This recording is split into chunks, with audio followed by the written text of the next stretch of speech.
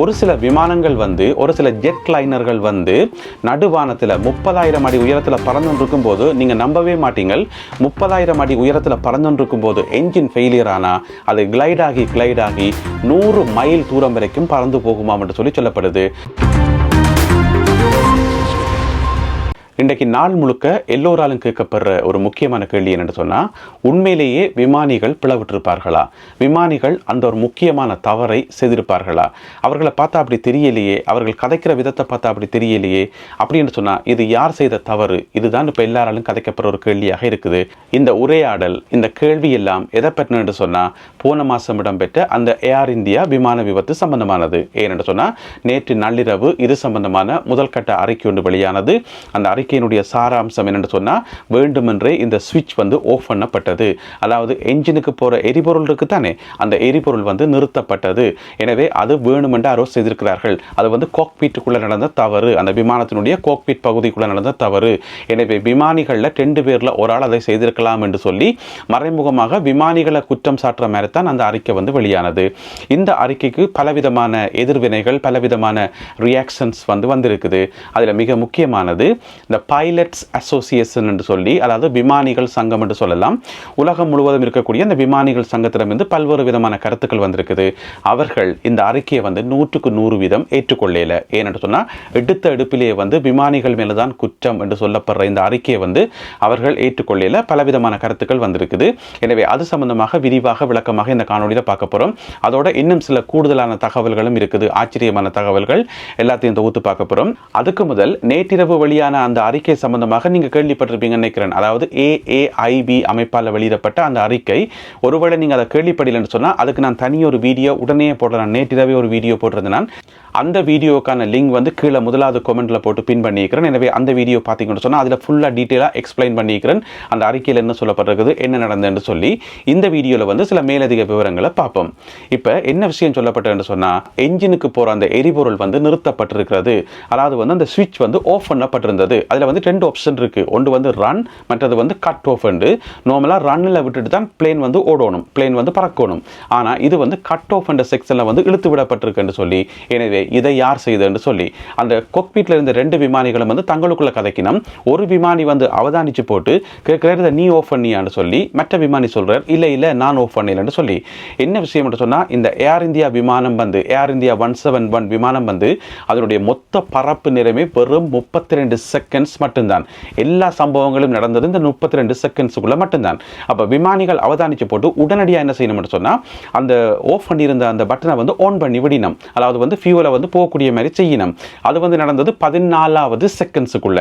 அப்ப விமானம் வந்து டேக் ஆஃப் ஆகி 14 செகண்டுக்குள்ளேயே வந்து அடையாளம் கண்டு அதை வந்து ஓன் பண்ணிட்டோம். அப்படி ஓன் பண்ணியும் கூட அந்த விபத்தை வந்து தடுக்க முடியல. ஏன்னு சொன்னா ஆல்ரெடி வந்து டூ லேட் ஆயிட்டுது. என்னன்னு சொன்னா அதுக்கு பிறகு என்ஜினுக்கு வந்து எரிபொருள் போய் என்ஜின் வந்து திருப்பி இயங்க ஆரம்பிச்சு சரியான முறையில் வந்து அந்த பிளேன் வந்து மேலே போறதுக்கு பறக்கிறதுக்கு எந்த ஒரு வாய்ப்பும் இல்லை. என்று சொன்னா அது மிகவும் பதிவாக பறந்து கொண்டிருந்தது. அப்பதான் டேக் ஆஃப் ஆனது. பிளேன் வந்து சரியான ஹெவியாக இருக்கும். எனவே போதிய அளவு உயரம் காணாத காரணத்தால் அது கீழே விழுந்து விபத்துக்குள்ளாயிட்டது. எல்லாமே நடந்து முடிஞ்சது வெறும் 32 செகண்டுக்குள்ள.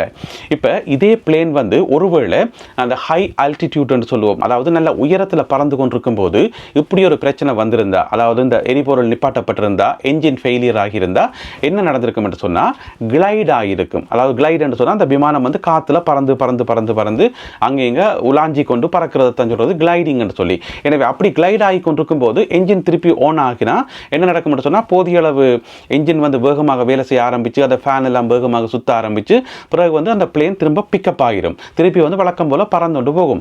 என்னென்னு சொன்னால் உயரத்திலிருந்து 15 கீழே வந்திருக்கும், இருந்தாலும் பிக்கப் ஆகி பறக்கிறதுக்கான வாய்ப்பு அப்போ இருந்திருக்கும். ஆனால் இந்த பிளேன் வந்து ஒரு கொஞ்சம் தூரம் தான் உயரம் பறந்தது. வெறும் 32 செகண்ட்ஸுக்குள்ள இந்த பிளேனால வந்து பிக்கப் ஆக முடியல. இதுதான் இந்த விபத்து நடந்ததுக்கான முக்கியமான காரணம். சரி, இந்த சுவிட்ச் வந்து எப்போ ஓஃப் பண்ணப்பட்டிருக்கும் என்று சொன்னால், ஏற்கனவே உங்களுக்கு தெரியும் ரன்வேல வந்து அந்த பிளேன் வந்து வேகமாக பறந்து போய் தான் டேக் ஆஃப் ஆகும். எனவே ரன்வேல வந்து வேகமாக போய்கொண்டிருக்கக்குள்ள அந்த சுவிட்ச் வந்து ஆஃப் ஆகியிருக்க வாய்ப்பே இல்லை என்று சொன்னால், அப்படி இருந்தால் ரன்வேல இருந்து அந்த பிளேன் வந்து மேலே எழும்பியே இருக்காது. அதோட வந்து ரன்வேல மிக வேகமாக அப்படியே உந்து தள்ளிக்கொண்டு அந்த பிளேன் வந்து போகும். அதுக்கு வந்து நிறைய எரிபொருள் தேவையாக இருக்கும். எனவே அந்த டைமிலேயே வந்து பேசாமல் ரன்வேல ஓடி போட்டு அப்படியே அங்கேயே நின்றுக்குமே தவிர டேக் ஆஃப் ஆகியிருக்காது. எனவே இந்த பிளேன் வந்து டேக் ஆஃப் ஆகிட்டு ஆல்ரெடி டேக் ஆஃப் ஆகி ஆகி வானத்தில் பறக்க ஆரம்பிச்சிட்டது. எனவே அதுக்கு பிறகுதான் இந்த சுவிட்ச் வந்து ஆஃப் ஆகியிருக்க வேணும். எனவே 2 விமானிகளும் வந்து அதை ஆஃப் பண்ணலன்னு சொன்னால் அந்த சுவிட்ச் வந்து ஆட்டோமேட்டிக்காக ஆஃப் ஆனதா, ஏதாவது தவறு நடந்திருக்குமா, அதில் ஏதாவது பிரச்சனை வந்திருக்குமான்றது இங்கே இருக்கக்கூடிய முக்கியமான கேள்வி.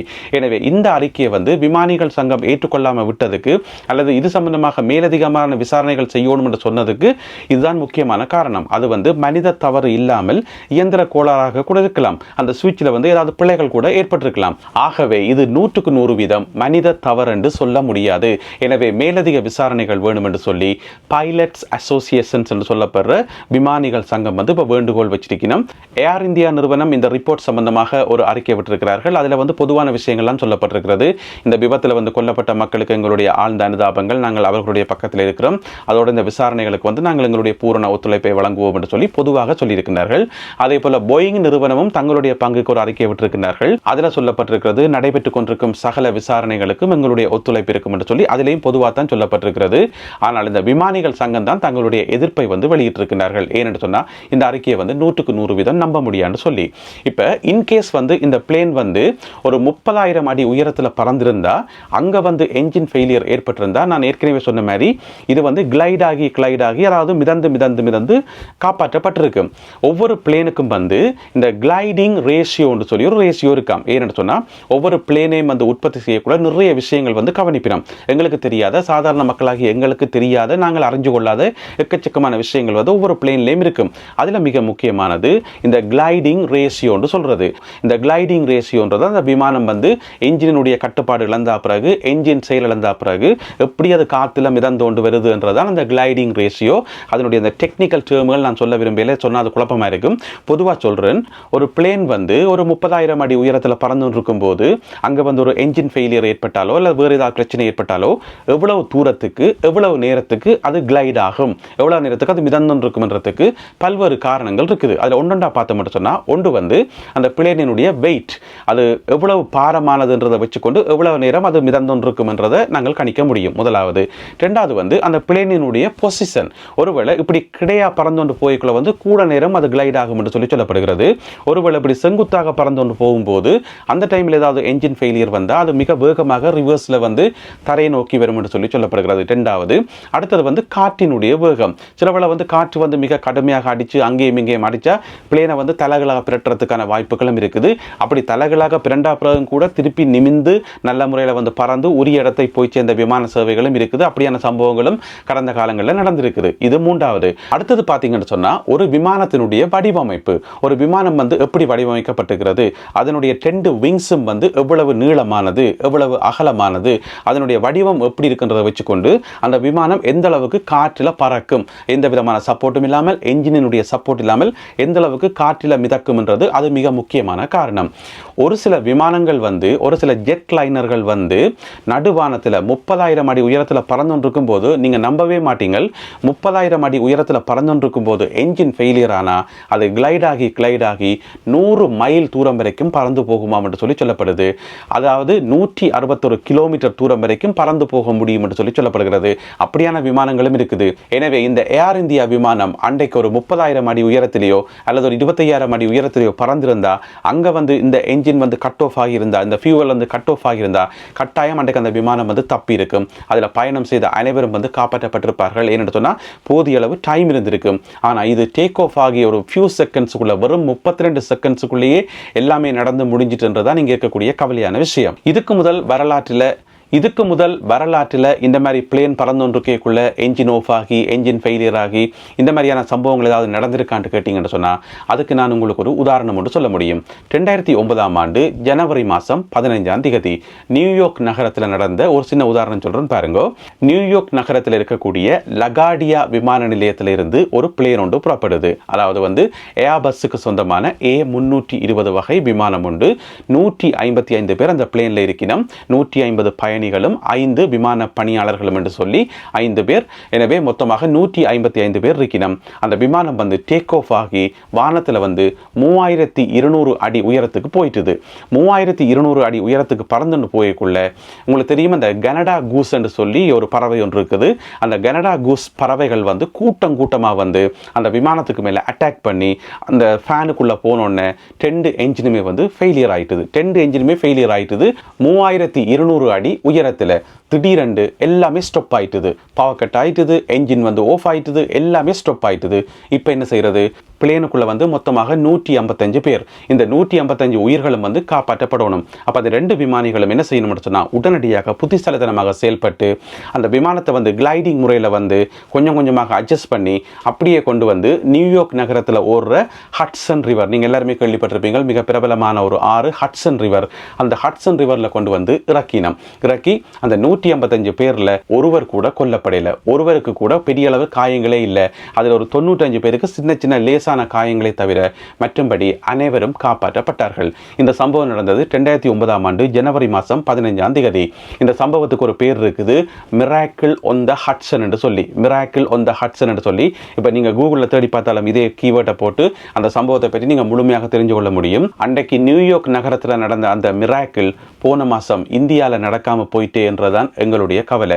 எனவே சுருக்கமாக சொல்ல போனால் ஒவ்வொரு விமானத்தையும் செலுத்துகின்ற விமானிகள் வந்து தங்களுடைய உயிரையும் காப்பாற்றி அதில் பயணம் செய்கிற பயணிகளுடைய உயிரையும் காப்பாற்றணும்ன்றதான் அவர்களுடைய பிரதானமான நோக்கம். 100க்கு 100% நோக்கமுமே அதுதான்.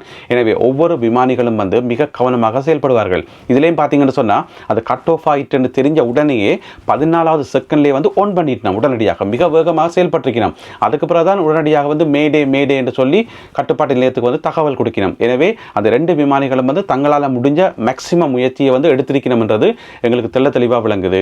இதையும் தாண்டி என்னென்ன தவறுகள் நடந்திருக்க முடியும் என்றது அடுத்த கட்ட விசாரணைகள் தான் எங்களுக்கு தெரிய வரும். எனவே பொறுமையுடன் காத்திருப்போம்.